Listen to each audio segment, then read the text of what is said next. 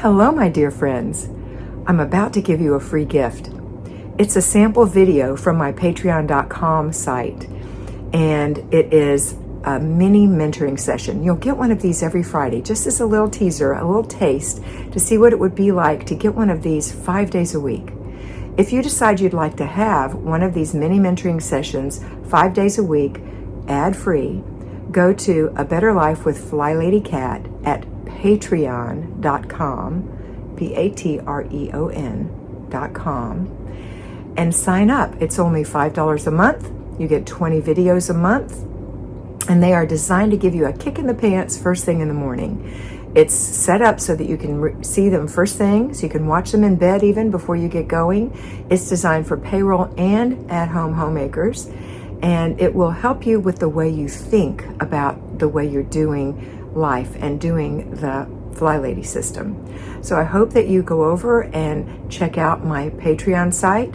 While you're there, look at all of the other opportunities that I have for you for mentoring. We do personal one-on-one mentoring. There are different levels of that. And also I offer this year in 2022, financial mentoring. So if you need a budget, if you would like to be financially independent, now's the time to sign up for that as well. Okay, have a wonderful day. Enjoy the video. Hello, patrons. Today we're talking about decluttering. So we're going to call this Decluttering Revisited because I've talked about decluttering lots and lots of times, but I thought maybe you could use a video specifically on decluttering. So there are several premises that we need to have in our heads before we even begin to declutter. One is that you can't clean clutter. What that means is that you must declutter an area before you ever deep clean it. So my rule is start with the closets, the shelves and the drawers, so that any decluttering in the middle of the room has a place to go. You have to be very careful that you don't keep too much. So think about what you really need or love and use or display on a regular basis. Number one. Number two, you have to have room for it. So no matter if you love it and you use it and you display it on a regular basis, if there's no room for it because you have 50 of these kinds of things, then you're going to have to prioritize what you want to keep and what you want to bless someone else with, because you live in a small home and you don't want to live in a storage closet, which is what your house will become if you don't get rid of things. Okay, so I'm not giving you that as sad news. I'm giving you that as glad news. I'm freeing you from the extra things to lighten your load and give you an easier, more efficient way of living, more comfortable way of living, easily finding things, having places for things. So again, rule number one, you can't clean clutter. So you're going to get rid of clutter before you ever deep clean. Rule number two, start with the closets, the shelves, and the drawers, as I just mentioned. Now, when you walk into a room, if it's overwhelming when you're getting ready to declutter, you're going to either decide if you want to go left or clockwise around the room, or right or counterclockwise around the room. Don't just start in the middle of the room and just go in helter-skelter, willy-nilly, unplanned. You will not be efficient. You need 3 containers, 3 boxes, 3 laundry baskets, something sturdy, not just a green garbage bag. You can use that if you have a lot of paper that you want to get rid of, but you really need something sturdy. You want it. One is going to be for giveaway. Things that are good, that you can imagine somebody getting excited about finding this at the charity shop, and they buy it, and it's worth buying to them, no matter the price. It's going to be a blessing to them.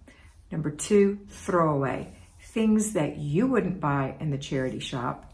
Things that need buttons, have holes, are stained, don't work, are missing major parts. Don't put those in the giveaway box. Put those in the throwaway box. And the final thing is put away. And those are things that are not in the immediate vicinity where you are. They need to be put away in another place. Okay, so that goes in the put away box. Rule number 3, stand and stay. Do not run all around this room or all around your house. You've got 15 minutes, you've set your timer, and you're going to stand and stay where you are until the 15 minutes is up, or until you've totally decluttered this area, whichever comes first, and then you can move to the next planned area adjacent to the one where you're looking at right now, okay? So example, you've decided to go clockwise. The very first thing you see is on the floor. Well, I've told you that I want you to do count closets, shelves, and drawers first. So you're going to pass that by on the floor, and you're going to go to the first thing, which is a set of shelves. And you're going to say, I'm going to start at the top, and I'm going to work, and you decide, do you want to work straight across horizontally and then go to the next shelf and work horizontally and then next shelf and work horizontally, or do you want to go vertical? Do you want to start at the top and work your way down and then go to the next section and work your way down? Whatever you do, have a plan and stick to your plan. Okay, so you're going to work on the shelves. Now, once the shelves are done, maybe on day 2, maybe on day 3, you're going to go to the next thing. What's the next thing? Oh, it's a closet. So you're going to work in the closet. And then what's the next thing? Oh, it's a set of drawers. You're going to work on the drawers. Oh, here's another set of drawers. You're going to work on those drawers. We're not going to worry about the flat surfaces at this point. We're getting the storage spaces empty. Now, once you've got the closets, the cabinets or shelves, and the drawers, then you're going to look under things, like under the bed.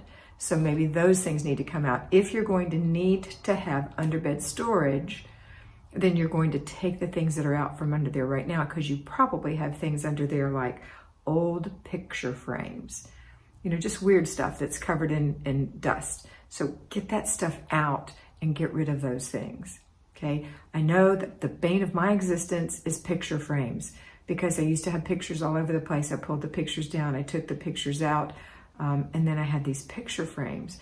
I'm never going to use those picture frames again. And if I do decide that I want to put something in a picture frame, more than likely, I'm going to buy a pretty picture frame, a new picture frame, something that's modern. I'm not going to use these old things. So I'm going to bless someone else with them who can fix them up. I don't have time to fix them up. I'm trying to do things to be efficient in my home.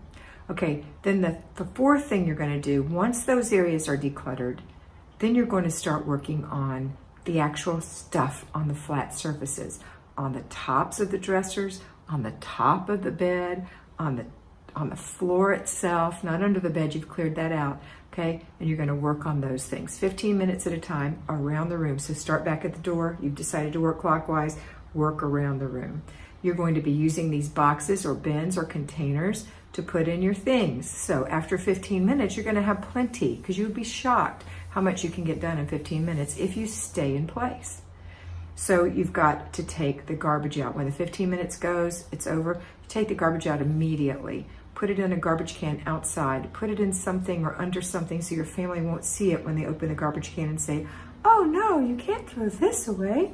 Okay, put it in there, throw it away. Second thing is give away. Put it in the trunk of your car, cover it with something, so that when your kids open it up to put something in there, they won't say, ah, my stuffed animals, you know, that they haven't played with for 50 years. And anyway, close the trunk, cover it up, all right? Last thing is put away. So now here's a tricky part.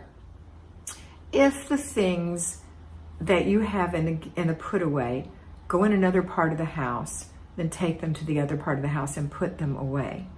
If they go in this room and you're still mid-declutter, then I'm going to suggest that you have another container that goes in a corner in this room for all the things you've decided are fit to be saved, okay?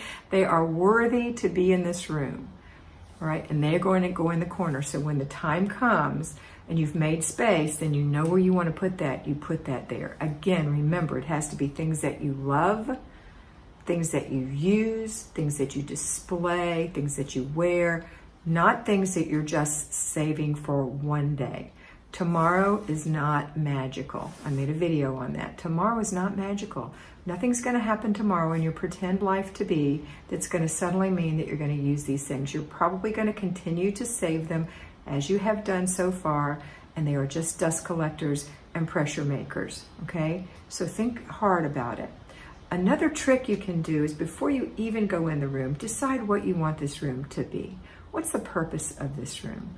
What are the things you want to keep in this room? Let's say it's a guest room. And let's say you really want it to be a guest room.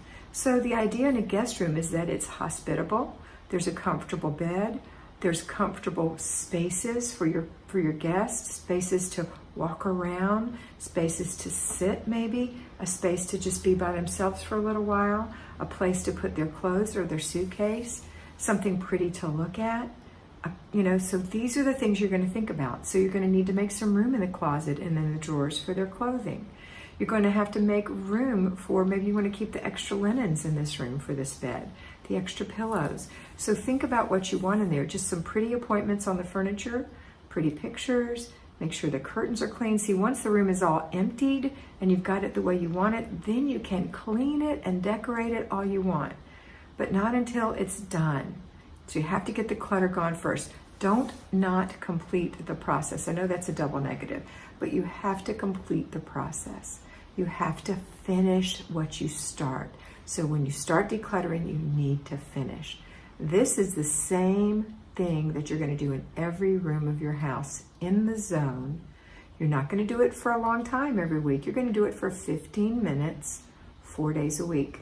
And slowly but surely, you'll be creating habits in yourself that you're not going to work 6 hours straight and then leave it alone forever because you're so overwhelmed or you don't want anyone to breathe on it. And then it becomes worse than it was before, and then you don't want to do it again. That's how you got in the shape you're in right now, okay? Also, you don't want to use, say, for example, the guest room as a dump station for when a company comes and you have clutter in other parts of the house and you don't know what to do with it, so you dump it in that room and then you never go rescue it, and it just sits there and gets worse and worse. So that's how we get paper clutter and lots of other clutter.